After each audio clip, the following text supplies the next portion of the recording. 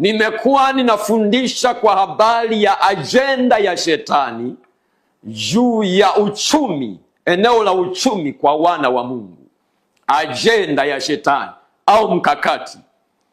Na tumejifunza katika vipindi vilivyopita, niliweka msingi, tukaona mpango wa Mungu juu ya wana wa Adam, watoto wa Adam ulikuwa nini tangu mwanzo. Sababu ya yeye kuwaweka duniani waweze kutawala na kumiliki. Lakini Adamu alipoharibu, tunaona kila kitu kikabadilika. Mpaka sasa mateso yanaendelea.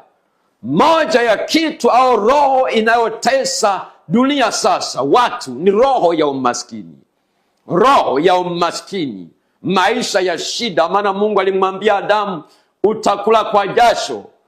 Sikiliza, Adamu alipoasi, aliweka kama mfalme na mtawala hapa duniani. Kwa hiyo kwa kuwa alikuwa ni mtoto, ni kama alifanya kosa la uhaini, kuiuza nchi mikononi mwa shetani. Kwa hiyo kitu cha kwanza ambacho Adamu alipoteza eneo la utawala linaloitwa dunia, ambalo kimsingi kitu cha kwanza ambacho Adamu alipoteza eneo la utawala linaloitwa dunia, ambalo kimsingi lilikuwa ni eneo kwa ajili ya Adamu na uzao wake. Kwa alipoteza eneo la utawala. Lakini kitu cha pili, alipoteza ajili ya Adamu na uzao wake. Kwa alipoteza eneo la utawala.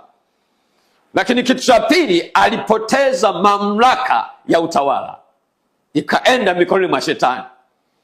Lakini kitu cha tatu, alipoteza lugha ya mawasiliano kati ya yeye na Mungu, ilipotea. Lakini kitu cha nne, alipoteza ule utamaduni. Mungu alikusudia duniani pawe kama kule mbinguni. Haleluya, haleluya. Kwa hiyo hivyo vitu vinne Adamu alipoteza. Kwa hiyo sasa tunaona kuanzia kutoka kwa Adamu mpaka kuja kwa Yesu ni kipindi kinachokisiwa miaka isiyopungua 4,000 kutoka kwa Adamu mpaka Yesu anakwenda pale msalabani.